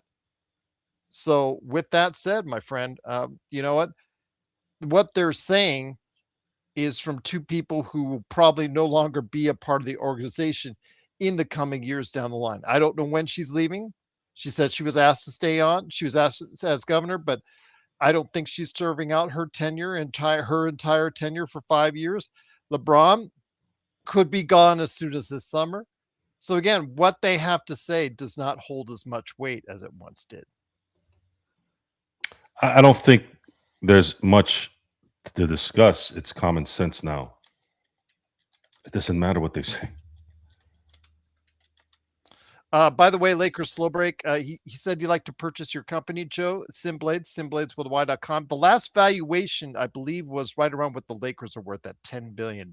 So get your check ready. That's all I'll say. Don't you love these mock accounts that mock us? You've made it somewhere when you get these mock accounts. No, Bill. change the M to a B, and maybe Joe will listen. I'm just in complete. I don't understand. It's not. I don't feel like it's that hard to figure this out. Best, you're on crack. But no, then the that's NBA why game does not count. best league is the most. He reminds me of my friend John. My friend John is one of those guys that we have Honey Jack and Coke night. We'll hang out. His wife's there. I have other friends there. And then I'll be talking about sports hats. And then the next question he'll say is, yeah, but what about pants? And I'm like, what are you talking about? What about pants? I'm like, I'm talking about hats. What do you mean pants? That's best league. That's best league. Random nonsense. With NBA Cup games the championship game does not count. A team or teams can play up to 85 games before the real playoffs start. 2 play-ins, and if you go to the championship game in the tournament, that's 85 games. The answer that Silver created to there's too many games is he added 3 extra games, possible games for teams. That's what he did. That was his answer to helping these guys. And I have the answer. I just don't know if logistically is an issue. I don't know. I've never made a schedule. But if you look at the 80s, let's say specifically 1984, you'll look at that and you'll see the Lakers played the Golden State Warriors 6 times. They played the Kansas City Kings when they were in Kansas City at that time before they moved to Sacramento 6 times. You see a theme here, Gerald? Okay, so now you're going to expand the league, which, okay, let's placate it. They're going to expand the league. Now you're going to have 4 teams per division, 4 divisions per conference. It evens out. How about we do this now? How about they play 18 games in their division throughout the year? That takes care of, at the very least, 6. Now you're taking care of 1/4 of the schedule in a nice small area, because it's likely going to be Lakers, Clippers, Sacramento, and Golden State. Correct? Would you say that's probably going to be the 4? Sounds right. So now you got 1 hour flight, and then next door, 6 times between LA and the Bay Area and Northern California. Let's say Northern California. That's a lot of games that you're not having to venture out. That's 1/4 of the year almost where you're not leaving that area, home or road. That's how you get rid of the jet lag and all that, because these guys are pussies, right? They're a bunch of fucking wanksters, bunch of babies making $50 million, but they can't train themselves to play 82 games of basketball. They can't play basketball anymore for 4 days a week. They're blaming AAU ball like AAU started 15 years ago. Gerald, how long has AAU been in basketball? I think since before I was born. Yeah. So what do you mean blaming AAU? What do you mean blame? I even heard an excuse. Well, kids are not playing other sports where they use different muscles now. Okay, let's say that's true. But aren't we in 2026, Gerald? Don't we have all these gurus online that are jerking off on everyone every 5 minutes, telling us what we should eat, what we should work out, and this is what works, this is what doesn't work? Don't you think when you have 20, 30, 50 billion dollars, don't you think you'd find those people, the real ones, to prepare your body more? Or are these guys too busy hanging out with Paul George and whomever, going out and getting skanks and chicken wings? What is it? Sounds like a bunch of excuses, a bunch of fucking weak-ass bitches. That's what it sounds like. JY, to answer your question on Silver's contract, I just looked it up. It says throughout the rest of the decade is his extension. And I do believe every time he does get an extension or gets a contract period. Hey, is best league, you think best league is Rodell? He sounds like Rodell. They could be one and the same. Who Best knows? league. Are you Rodell? Rodell does that, where he'll randomly fuck with us to piss us off. But again, look it up, Google it. As far as the NBA Cup, is the NBA Cup final game count, as a game? And it will tell you the NBA Cup's games do.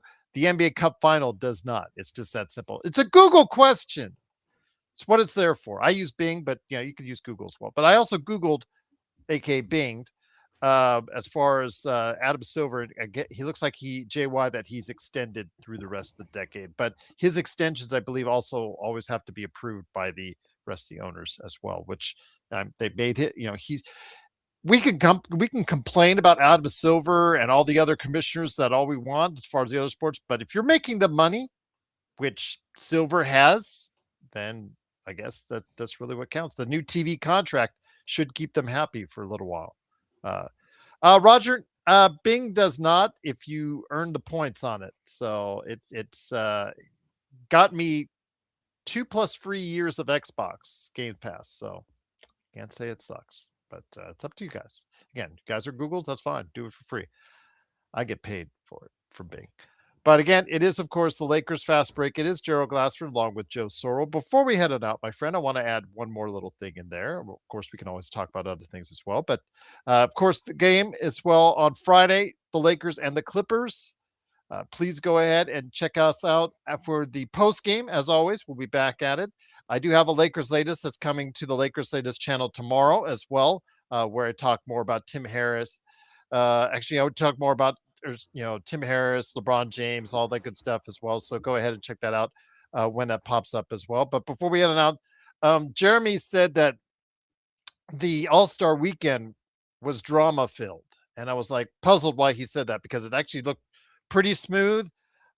People liked the 3-point, unanimously liked the 3-point contest. They hated the slam dunk contest because they didn't even know any of the players in it. Of course, we knew Jackson Hayes was in it, but that's beside the point. They didn't even know the guy who won it. They universally liked the format as far as it's concerned of the USA versus the world of Team Stars, Team Stripes, Team World. As far as that's concerned, it garnered a significant improvement in ratings, even though it was at 2 p.m. our time. Again, just why would you put that in the middle of the afternoon? But hey, I think you can't argue with 9 million people watching. So with that, I want to go ahead and ask, he said it was drama filled because of what Kevin Durant was doing. And it seems like a certain segment of social media is focusing on this. I'm not, I haven't been, I couldn't care less, because this is something that Kevin Durant's been doing for a while. Burner accounts. We know about that the Philadelphia, Colangelo, remember when he had the burner account as well. But with Kevin Durant and the burner account, I guess he's going off on other players. It doesn't seem like it's bothering you too much, and it doesn't seem like it's bothering me much as well. I mean, I guess Devin Booker he was going after, and some other players, teammates. Who's following Durant in his, who's somebody got his VPN and following him with it or something? Yep. Apparently. I don't give a fuck. I don't care about Kevin Durant and what he does in his free time. Why does anyone give a shit? Seriously, you guys, this world is so dumb. Who cares? Why do you care? The All-Star game, no one hardly even went to the All-Star game. That place used to be packed. No, they were there, Joe. It's the lighting in that building. Don't trust the lighting in that building. The lighting. I should have thought about those lights. I'm serious. Those lights made them disappear. I got you. I understand now.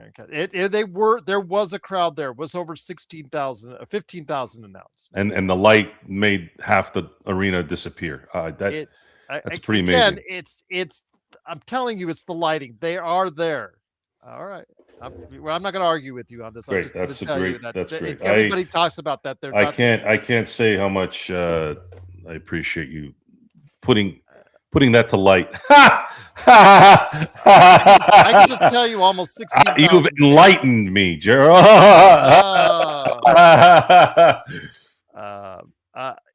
I will just say this as far as who in Inglewood, by the way, you know Inglewood better than anybody.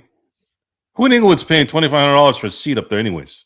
Not me, that's for sure. But again, with the $85 parking, it stopped me at the $85 parking. That is just that's incomprehensible to me. I will not pay $85 for parking in and around there. I understand it's Inglewood, but there are places you can park. The Sizzler right there on the corner, or some other places that you can park that are substantially cheaper than $85 right next to the Intuit Dome.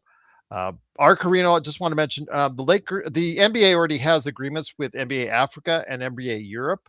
They're even talking about maybe developing NBA Europe even more into its own league, et cetera, et cetera. They've got their foothold in those areas, and I would equate that to as close as I could to Japan and the Dominican Republic for MLB to answer your question. But that was a really good question. Good question, Arcarino. But because he was asking about a equivalent to that, and that's the best I could come up with is NBA Africa and NBA Europe for that, Joe. So, but yeah, I don't think anybody. We don't really care what's going on with Bernie. Whether or not they go ahead and discipline it, and they might. But he can go ahead and say what he wants about other teams. I mean, LeBron James just went off on, as far as the trade deadline, what he thought about the various big trades, and he could really talk about other players on his podcast. So I don't know how much you can really do, Joe, about that. I mean, if it's not a team executive or a coach, they can literally say what they want as players. Yeah, when you're talented like Durant, you could do whatever you want. You could probably slap a child in the middle of the court. It seems petty. It seems very. I mean, even LeBron doesn't do that. Get on a burner account and do those things like he's done and accused him in the past. So, that's a Kevin Durant. Nothing. The worst thing Kevin Durant did was leaving Oklahoma City. It turned him into Serena Williams. After a while, they became what happens to a lot of dictators in the world is when they're in power too long, the outside noise finally starts to melt their brain. And you noticed the deterioration between Kevin Durant and Serena Williams. You could see it. You could see how they were a certain way and then they went away. Kobe was this jolly player until Colorado, and then he turned into a vicious maniac. He was still sort of a maniac, very into what he was doing, but he had a mean streak, but that was basically because of his competitiveness out there. Right, but he became he used that as fuel and put it into something, whereas Kevin Durant and Serena Williams, unfortunately, Serena Williams does what many females do and start screwing up her face. And then Durant just started becoming a bitch online. It's like, why do you give a shit what these people think? And why did you leave Oklahoma City if you were going to worry about this? I don't get it. I don't get how you can be in this business as long as you are and it still affects you. If it affects you that much where you got to go on a fake account. And my first question would be who the fuck is following me? And how dumb are you? If you're going to have a fake burner account, you've made what, $500 million already? You don't think you can have somebody hiding your shit? Is it even true? I don't even know if it's true. And the fact that I'm talking about this right now is bothering me. I don't even care, honestly. He could call out anybody he wants. Kyrie, Luka. I don't care. A man doesn't speak in codes. A real man does not speak in codes, doesn't hide behind shit. You tell it to their face. Joey Porter got a lot of shit this last couple of weeks about him talking about Ben Roethlisberger not being a leader. It's true. It is true. Remember So- that Brian Colangelo. I just wanted to mention that was the burner account originally of the executive that led to his downfall. Go ahead, Joe. Yeah, it's true. And then he said some other things that might not be completely true. That happens. Not everything is 100%er. And then you got now the family back and forth. James Harrison's talking. Marquise Pouncey's coming out of nowhere supporting his. Of course, he's going to support his quarterback. But Marquise Pouncey shouldn't be talking either. This is a guy that wore Free Hernandez hats with his brother. Can't do that. You got to keep people wanted us to talk about this. That's why we're. The point is, at least he came out. He didn't hide behind a fucking burner account or some bullshit code. He came out and did what he did. And half the stuff he said was right, and the other half is debatable. He's a human being, but at least he came out, didn't hide behind a mic. He spoke into the mic. I mean, he's calling out Devin Booker. I don't care. Honestly, It doesn't look good for him too. Devin Booker is being lauded by his teammates right now and management. And look how well they're playing. How do you look now? How does that look? He didn't leave. He didn't run. He stayed. Kevin, when everyone around him was like, dude, Devin, you got to go ask for a trade. Nope. He stayed. It makes sense. It makes sense. He learned probably from Kobe. He was a big Kobe guy, right? But then again, Kyrie Irving moved around, so that doesn't mean much. But point is, you can't criticize someone that's being respected and lauded by everyone around him in that organization, and then you're the only one shitting on him. Now I'm going to ask, why are you the only one shitting on him? Why didn't he leave? If anybody was warranted, was him, right? After the horrible decision to get Bradley Beal. And then Durant, all Durant had to do was go in to Presti's office and say, listen, man, I want you to invite Russell Westbrook in here. And we're going to talk after losing to Golden State in 2016. And then for Booker it really helped because he got those 2 extra years at 170. He's going to be a $70+ million player at the end of his career. Right. Now, if he was a man with some balls, he'd be like, I don't think this is going to work. Or his contract, I should say. So, Sam, I'm going to sign a contract with you guys, but I don't think Russell and I are compatible at this point. I think there's some issues here. So, whomever you want to trade first, you trade. And we know damn well they would have traded Russell Westbrook. Mm-hmm. So, that could have now solved that problem. He could have stayed in Oklahoma City, did what he did, not been a whining bitch to the rest of his career. Nick T, my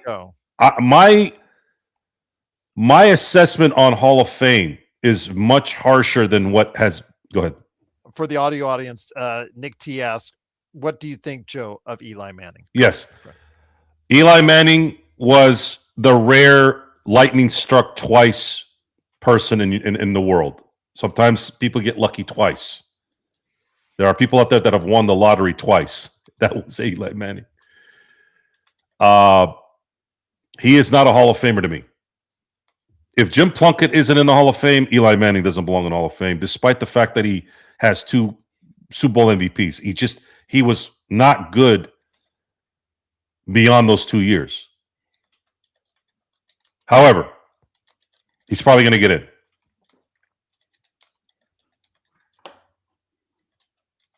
Yeah, he probably is. Again, I wouldn't vote against it, but I don't think he's a Hall of Famer, but I wouldn't vote against it. Again, I wouldn't bet against it. I should say I wouldn't bet against it. The Hall of Fame has become a popularity contest. It's a business, obviously, for a lot of these people. He'll get in. I don't think he deserves it, but he'll get in. To me, I'm sorry, but not everyone is supposed. I don't like 4 or 5 guys going to the Hall of Fame every year. I think it's a dumb rule. I think it's a dumb act. If it means 0 one year, it means 0. If it's 1, if it's 2, it's got to be clear that you are a Hall of Famer. What is clear? Well, Drew Brees is a Hall of Famer. Big Ben is a Hall of Famer. Troy Polamalu is a Hall of Famer. LaDainian Tomlinson is a Hall of Famer. Like, quick. Rob Gronkowski is a Hall of Famer, arguably the greatest tight end of all time. Travis Kelce's a Hall of Famer. Patrick Mahomes is a Hall of Famer. Like, it's got to be quick. It's got to be quick. Unless you run into a problem with like an Antonio Brown. If Antonio Brown did not go shitbag, that man was the baddest receiver I have ever seen since Randy Moss in his prime. And Randy Moss is a better receiver than Antonio Brown, but that's because of his physical abilities. Because he's 6'4" and can run like a deer. That's the separation. But back to separation, I have never seen anyone separate from the cornerback, from his man, better than Antonio Brown, other than maybe Jerry Rice. And I think they're even. It's freakish when you would watch that man separate. I'm talking about in practice. I'm talking about joking around. He was so ridiculously just alien in terms of his separation. That's why he was so damn good. Unless it's something like that, there was a lot of talk about Michael Irvin when he was up for the Hall of Fame. They finally put him in there because he's a little bitch like that, and they were able to, make everybody happy. I guess Aikman and Emmitt Smith really. I'm not a big Michael Irvin fan, and I know that Troy Aikman is I respect Troy Aikman. If he likes Michael Irvin, then I'll give him. I'll kind of let it be what it is. But it's got to be something like that to say no at this point. But it's not. There's too many guys getting in, and they're going to put Mike Tomlin into the Hall of Fame, which is just. I didn't think Bill Cowher coached enough to be in the Hall of Fame. Tony Dungy should not have been in the Hall of Fame. I know he was a pioneer for the black coach. I get it. But this performance still has to matter. And he was Rex Gross. He was a Rex. Did I lose Gerald?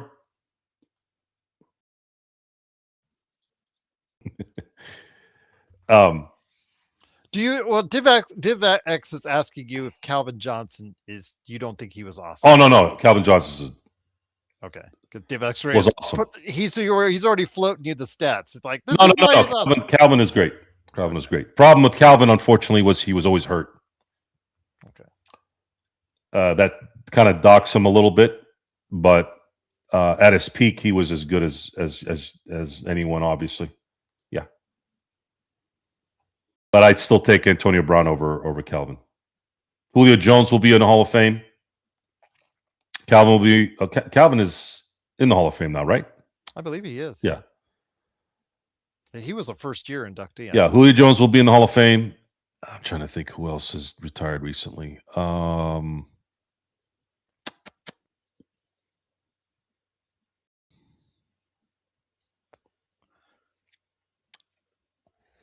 Yeah. But of course, it is the Lakers fast break. I knew you had to get an NFL question in there, guys. No worries. Again, great to have you here. Stefan said Calvin has got to get points for playing at an all-time garbage organization for his whole career. Yeah, the fact that he was able to do what he did, I know he had Matt Stafford for most of it. That helped him. But, guys like him, guys like Andre Johnson, they played on bad teams, and they were still able to be great. And that's why they are where they are. Well, guys, it's been great having you here as part of what we're doing right here at the Lakers Fast Break with a snack pack. We thought we'd tie you over. Tough was going into withdrawals, Joe, for you had no Lakers action and no Lakers Fast Break. So he was going into withdrawals. So I'm glad we could go ahead and get him his fix. Right there. Check out my NBA conversation, my NBA observations with Caleb Ponce. I hope to add at least one more before the week is up. I was trying for 3, but got one cancels on me. So I'm at least going to try and get another one here before the season starts back up. So hopefully you guys will have that. But Joe, Nick T says Percy Harvin. No, I don't. That's not like Joe says. That does not. It's got to be like this, guys. And that's, if you have to ask, you aren't. Sorry. And there's a lot of Lake Steeler guys that got in that I would say I probably would not have put in Is he a Hall of Famer? No. It's got to be like this. And Stefan, yes, check out our part of our conversation earlier when we discussed Rob Pelinka and the comments that were made by Jeanie Buss on the CNBC interview and LeBron James' retort on his own Mind the Games podcast on that, and our thoughts as well on it. So we had a little bit to say. Our thoughts and prayers. That's the beautiful thing that's coming, guys. This is the beauty of this. You know what you hear in the Dodger world when it comes to people who run that business? You hear Freddie Freeman, you hear Shohei, you hear Mookie Betts talking about three-peats and championships and cool things. And then when they interview Brandon Gomes and they interview Andrew Friedman, they interview Sandcast every now and then, here and there, you'll see them. You're hearing nothing but even Mark Walter, like when they interviewed him right after the win in Toronto, he's like he's like us. He's like, man, we were really lucky on this one. And I was like, dude, there's no other way you could have put that. It was quick and easy. Like, man, we got lucky on this one. And we did. We were lucky. I counted, honestly, Gerald, 12. It might be more. 12 times in that entire series where the Blue Jays should have won. And I'm talking game 3 to game 6 to game 7. They had no shot in game 2. Yamamoto was on point. So I'll give them that. They had game 1. They had game 1. They had game 4 and game 5. Those were easy. Between 3, 6, and 7, there were 12 instances in those games. And there's probably more. I just counted 12 and I gave up after that. Where they would have won if they had just sneezed a little different. It's just nuts. That's what made it as great as the 91, the 97, the 01, the 16, the 2019 World Series were, all those 7-game epics. I can honestly say that since I've watched almost everything now, and I'm trying to not show my Dodger goggles too, I'm really being honest with myself. I don't think there was ever a World Series where we saw things this close, back and forth. I don't think we've ever had it. I forgot to mention, left. See, Best League had to put in one last dumb shit comment. See, that again, we're all. Thanks, Rodell, number 2. Appreciate it. Yes, just call yourself Rodell, number 2, and then we'll at least know who you are. I forgot to mention Left's question for you. Again, this will be the last one we tackle for tonight because he asked earlier, so I'm going to stay on the air for him. And his question I left on for us.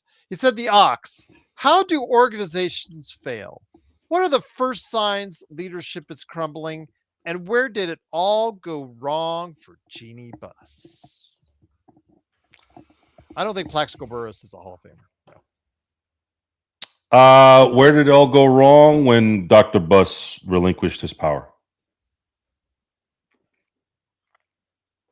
So what are the first signs of that leadership is crumbling? First signs is lack of talent. I don't know what to believe when I hear things, but let's say the news was there in terms of, let's say Jim Buss took over the team, right?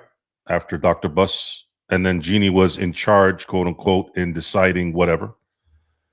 Jim Buss's infatuation with Andrew Bynum being the next star of the Lakers, which was asinine from the beginning. Number one, he was never going to be a star for the Lakers, as good as he was. Let's say in 2012 when he was an All-Star, he never was going to be that Laker great. It wasn't hard to figure out, but seemed to be pretty a stubborn guy. When you put your interest in front of the team. And Jeanie didn't necessarily do that, but she allowed certain things to fester around that. Hiring her friends. In the end, bringing in Rob Pelinka because he's tied to Kobe. I'm not going to hire people because I want to feel comfortable. I want to hire people because I want to feel uncomfortable.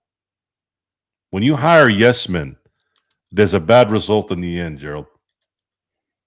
Charles Barkley doesn't have a relationship with Michael Jordan because he called him out on that. I don't know that's true. Maybe it is. Maybe Jordan does like yes men around him. I don't know. Doesn't sound like Michael. But maybe that's just how it kind of comes about. I'm sure the Elon Musk people are the same way, right, Gerald?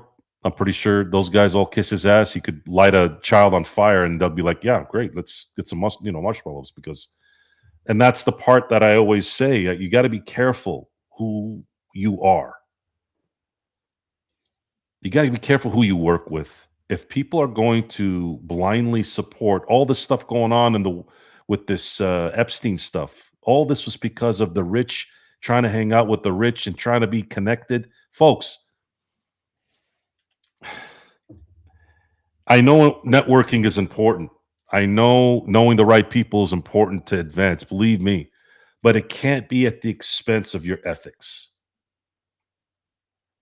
If you allow it, then you're no different. And a matter of fact, you're worse because you fake it and still do it. Whereas most of these people don't fake it.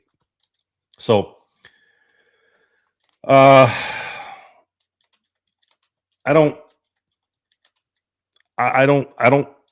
we just this is not new. The patriarch who knew what he was doing shifts it over to the next generation. The next generation screws it up. That's what happened. It's not anything that hasn't happened a billion times. Sometimes you can get out of the first generation after. Sometimes you can get a good one. But not surprised when it's immediately bad. Usually the third generation. Don't they say the third generation one usually fucks it up really badly? Mm-hmm.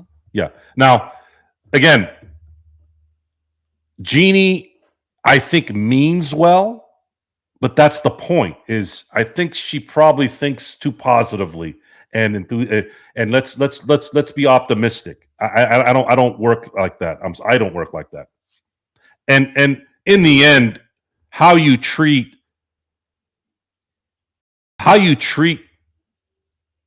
the ones that really, really did stuff for you is really going to tell me a lot about you too. How you treated Jerry West was, from where I'm standing, unless Jerry West did something, but I would think it would have come out by now. I don't know. Did he swear your existence away and you got pissed? Okay, I guess I could understand that maybe to a degree, but I don't know. Do you see Jerry West telling Jeanie and the whole family, I hope you guys burn in hell or something like that? I don't know. That doesn't. I don't know. I don't see him doing something like that. Do you? I wouldn't. Treating him like that, and what's the irony in that is if you didn't do that, maybe Kawhi comes to the Lakers.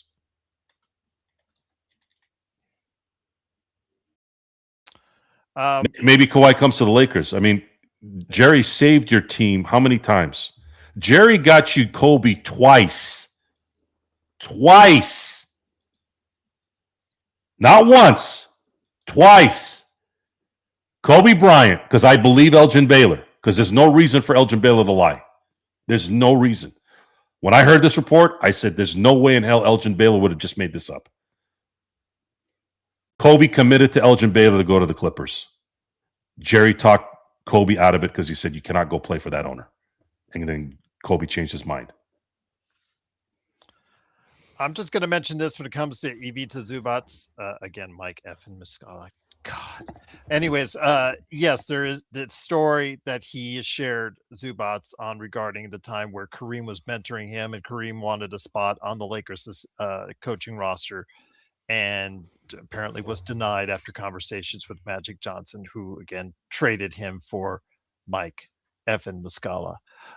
So I will say this again, he is these stories about his time there with the Lakers and Los Angeles as a whole have come about. He's said a lot of things. He is a very angry man because the fact that, the way the Lakers traded him and dealt with him when he was there, and also as well, way he was treated by the Clippers. He had just had a child. The same day he has a child, his first child, he is traded away to Indiana. So he is a very angry man. And LeBron on his Mind the Game podcast talked about how a great deal it was for Indiana to get him and how he has extra incentive when playing the Lakers, because he said I think paraphrasing here, but he must really hate the Lakers because he plays so well against us.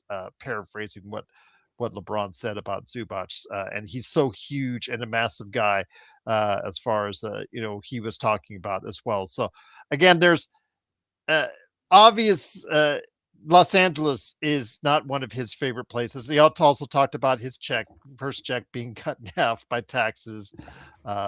He said a lot of things. The poker game comments that he's made too are really fun as well. But yeah, Zubac is not a big fan of Southern California, especially for the way that he's been treated by both the Lakers and the Clippers organizations. So I can't say I blame him. And again, this all could have been prevented had Magic had a better talent evaluational skill, as far as it's concerned. So. Yeah, it's sad. It's sad how this turned out, because one of the few guys in the last 10 years that you actually drafted well, who could still be with them, I guess. Would think about it for a second. He'd be 28. He's 28 or 29 right now. Who did the Lakers, and this is something to remember too, guys. This is a big part of this. The Lakers, I'd say, and it doesn't matter if they drafted these guys either. Think about it. Even if they drafted them and they let them go, it doesn't matter, right? Like at this point, free agents / drafts, only Austin Reeves is still here. So when they did draft well, they're still not here. So Mo Wagner's gone. Lonzo Ball ended up being a bust in my view. Brandon was an all-star. Zubac, obviously, is who he is. We're talking about the last 10 years. You want to know why the Lakers have had depth problems and not being able to compete? It's because they have not hit a single time on anything. Might be the best player they've drafted in the last 5 years. And I don't really think his skill set translates to winning. No, his skill set doesn't translate to winning at all. Think about it, Gerald. Adu this year, right? And then you have Dalton Connect, Bronny James. Then you have Jalen Hood-Schifino. Then you have Mojave King. Then you have Max Christie, the only guy they drafted that year in the second round. And then what? Isaiah Jackson, but that was to Indiana. Jaden McDaniels, that guy went to Minnesota. DeAndre Hunter, that guy ended up going to Atlanta. Mo Wagner was like, what? Okay, he might be good. He would be good. We had the Svi in the second round that year. Both guys are still playing in the NBA, but yep. So the Lakers have been horrible in getting even a single talented player in the draft the last 5 years, and then the last 10 years, the ones that they did draft well are not there. How are you supposed to build depth? How are you supposed to build a culture like this? So this is the problem. This is really the heart of the problem. And then the time that you do have these picks, you're picking Bronny James so that you can make a Hallmark movie. We're here to play basketball. We're not here to fucking make a Disney tale. And he wanted to play in the NBA. That's why he got moved to the second round, because he was considered at the bottom half of the first round. I want to know something, Gerald. I want to know this. I want to know who picked. Who was really in charge of these picks? I want to know that. Is anybody going to find out for me? Well, the thing, although, with him, Ivica Zubac, was the fact that he wanted to play right away.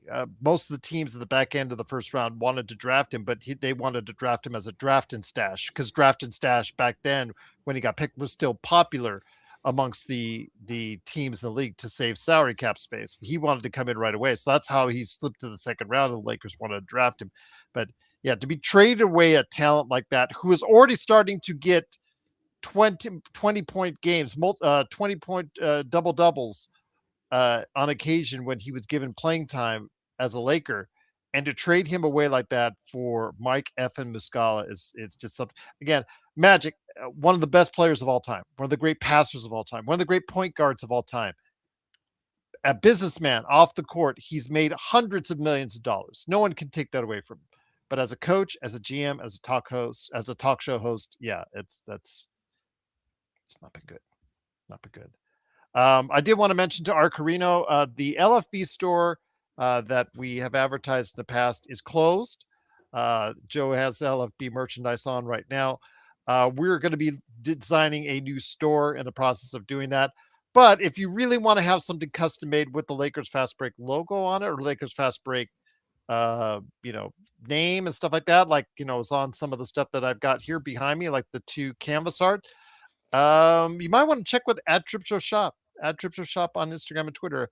But I am going to be running some stuff here, some special events. I know that as far as him, and also as far as what we're doing with some other stuff, as far as getting in with some Lakers fast break promo stuff. So we're looking forward. Maybe even running some contests here soon. So that'll be something I'm looking forward to for you guys out there. So Joe, again, just great to have you here. Again, any last thoughts before we head on out? No, I'm good. Okay. All right. Well, 2 hours in, hopefully we gave you your fix for Lakers Fast Break until Friday post game. I will also be dropping an NBA observations if all goes well. I'm going to be talking to someone that covers the Utah Jazz from far away, but he has been a great source as far as talking about the Utah Jazz and the NBA. So hopefully I will get that for you on tomorrow to give you that interim buffer as well.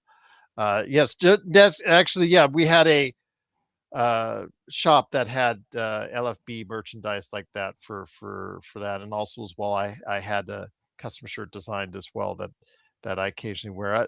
Actually, tough bought it. I had one made for him. He paid for it and had one sent out. So again, we're gonna do something like that. I think obviously the size of the show, the size of the channel matters on that. If we were 10,000, 20,000 strong on subs, I think that would probably be something easier for us to attain to. But we'll go ahead and bring up another merchandise store here in the not too distant future for you guys. We'll come up with something, I'm sure. Joe Sorrell is on the experiment. He had his show recently as far as covering the Dodgers and the Lakers. So go ahead and check that out on his channel. Again, I had NBA observations there, and also my Lakers latest. Every morning, I bring to you guys Lakers latest on the Lake Fan Arc Network. Hopefully, you guys catch that. Little quick Lakers bites to get your day started. So hopefully, you catch that as well. But for Joe Sorrell, it's Gerald Glassford. Thanks again for watching, listening. We'll be back on Friday after the Lakers and Clippers. Ivica Zubac's probably 2 least favorite teams right now in the world, but they'll be going at it. We'll be going at it as far as our post game is concerned, as always. The best in town, the best there is, and the best that there's covering the Lakers is nowhere else but right here at the Lakers Fast Break Podcast.